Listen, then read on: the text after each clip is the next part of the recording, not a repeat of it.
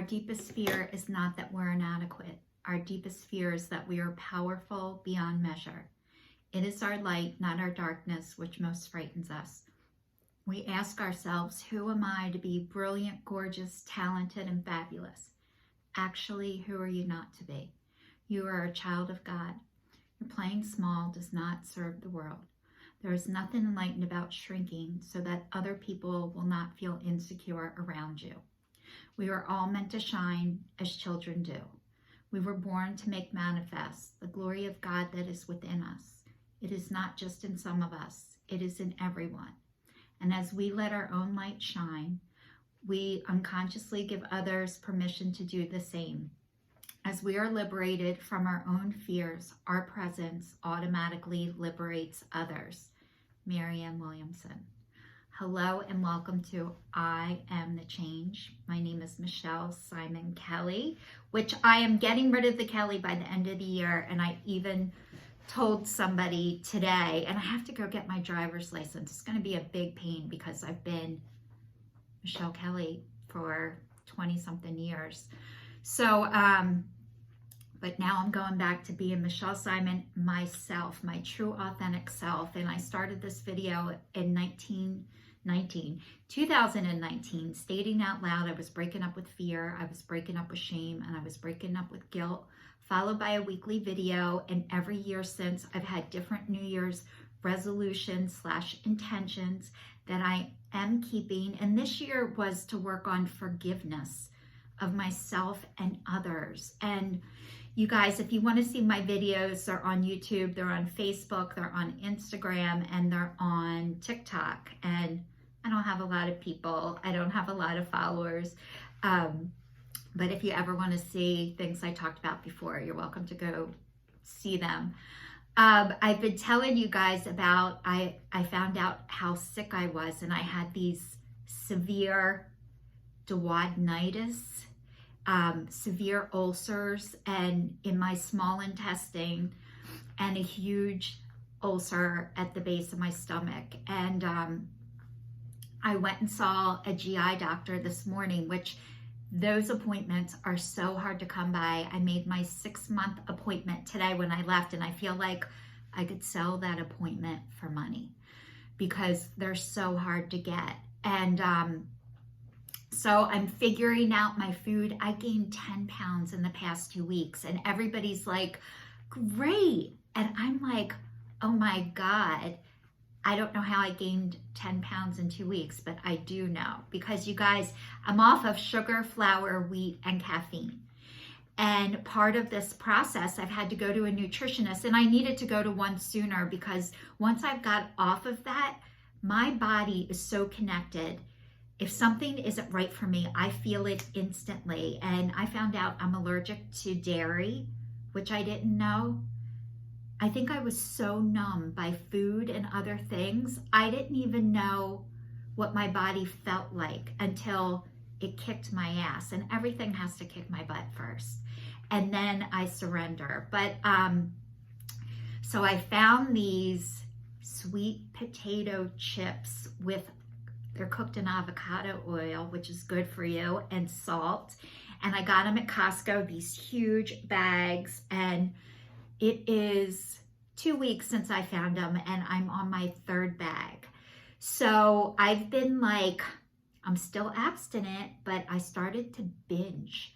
And you guys, I was never a binge eater until this one time, and I blame this lady at Weight Watchers. I went to Weight Watchers, and they were doing points, and we were counting our points. And I said, some weeks I can't eat all my points. And she goes, you have to eat.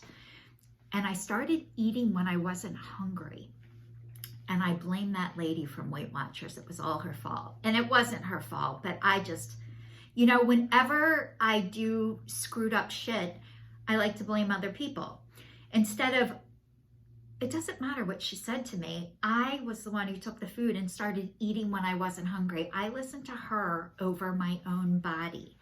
And that's what I used to do. I used to listen to other people over my own self and intuition.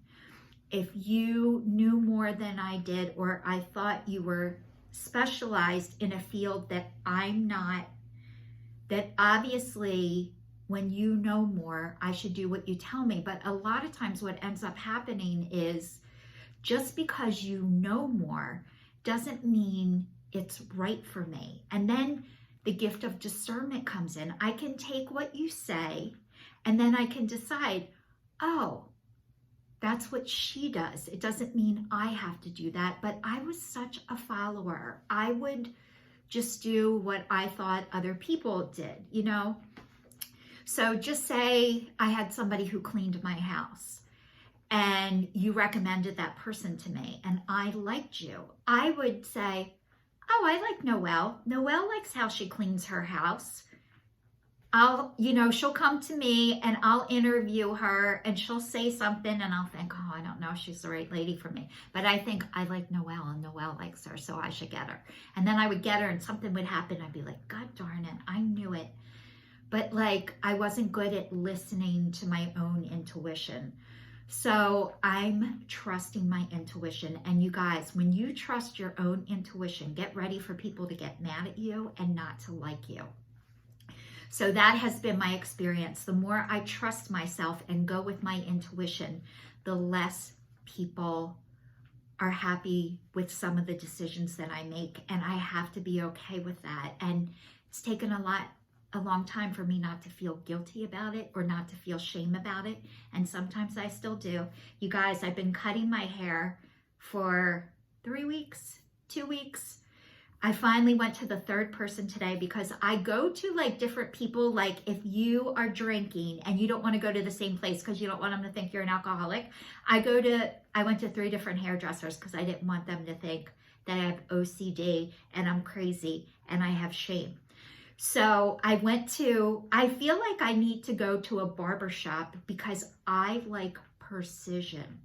And a lot of the younger people, the way they cut hair now is they like chop into that. That drives my OCD nuts. If I have a piece that's out of place, not cut right, I will keep cutting and cutting and cutting.